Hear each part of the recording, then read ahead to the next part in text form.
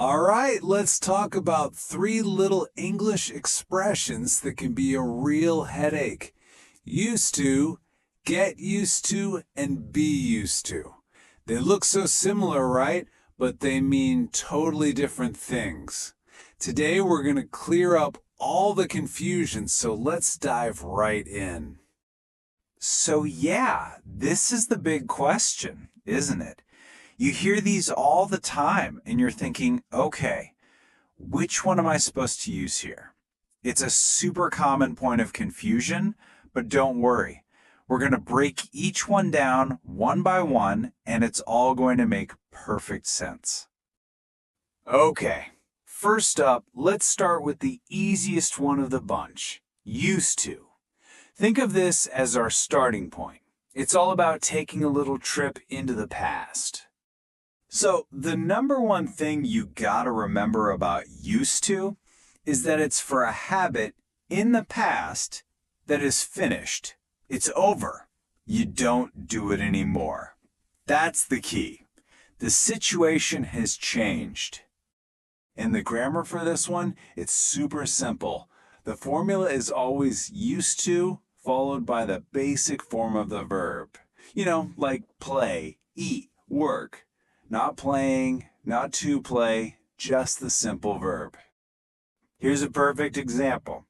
In the past, his habit was driving everywhere. Maybe now he takes the bus or rides a bike. So we say, he used to drive. It's a finished action, a memory. Now, what about the negative? Let's say you want to talk about something you didn't do in the past, but you do now. You'd say didn't used to. But, and this is important, look at the spelling. It's U-S-E. Didn't use to. Why? Because the word did already makes the sentence past tense. So used can drop its D. All right, you with me? Good. Let's move on to our second phrase, get used to. Now, things get a little more interesting here because we're shifting gears from the past to the process of change. The key word for get used to is adapt. It's all about the journey. It's that feeling when something is new or weird or maybe a little difficult and you're in the process of it becoming normal. You're not there yet, but you're on your way. It's that transition period. And here's a huge difference. Look at the formula. After get used to, you need a noun, a pronoun, or a verb with ing at the end. This is a big one. It's not I'm getting used to work, it's I'm getting used to working. Totally different from our first phrase. This example nails it. Working nights is tough at first, right? But the idea here is that over time, that process of adaptation will happen. You will become okay with it. The focus is on that future moment of comfort you're working towards. Okay, on to the final piece of our puzzle. Be used to. So if get used to is the journey of adapting, think of be used to as the destination. You've arrived. With be used to, the struggle is over. The adaptation is complete. You are already totally comfortable and familiar with something. It's not weird anymore. It's just normal for you. And check this out. The grammar formula is exactly the same as get used to. It's also followed by a noun or an ing verb. So the difference between them isn't in the sentence structure, it's 100% in the meaning. One is the process, the other is the finished state. So for example, someone from Canada isn't in the process of getting comfortable with the cold. No, they are already there. The cold is just a normal part of life. They are used to it. The state is already established. Okay, this slide right here, this is the big aha moment. It's the journey versus the destination.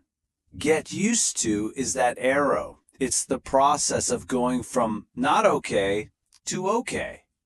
But be used to means you're already at the destination. You're already okay. Simple as that. So let's put it all together in this handy little cheat sheet. Used to is a past habit followed by a simple verb. Get used to is the process of adapting, and be used to is the state of being adapted, and both of those are followed by a noun or an ing verb. Make sense? I hope so, because now it's quiz time. All right, enough theory. Let's see how this works in the real world. I'm going to give you a situation. You pick the best answer. You ready? Let's do it. Okay, first one. Here's the scenario. In the past, I play the violin. Now, I don't. So, which one is it? A, B, or C? Take a second to think. And the answer is A. I used to play the violin. Of course. It's a classic example of a past habit that is now finished. Easy peasy. All right, on to number 2. My girlfriend and I just moved in together. And the key phrase is, little by little I'm trying to adapt. So, which sentence is the right one here? A, B, or C? That's right. The answer is B. I'm getting used to living with her. Why? Because that adaptation is in progress. It's happening right now. It's the journey. You got it? Okay, last question, and this one's a little bit of a curveball, so think carefully. Back in the day, I disliked spicy food. Now I can handle it without a problem. Which of these sentences could work? A, B, or C? Surprise! It's a trick question because all 3 of them can actually work depending on what you want to say. A describes your past habit of disliking it.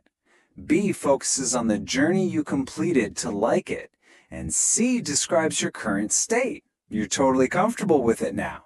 See how they all tell a part of the same story? So there you have it.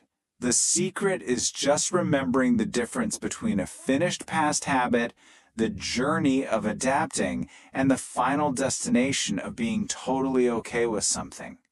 And that leaves me with a final thought for you.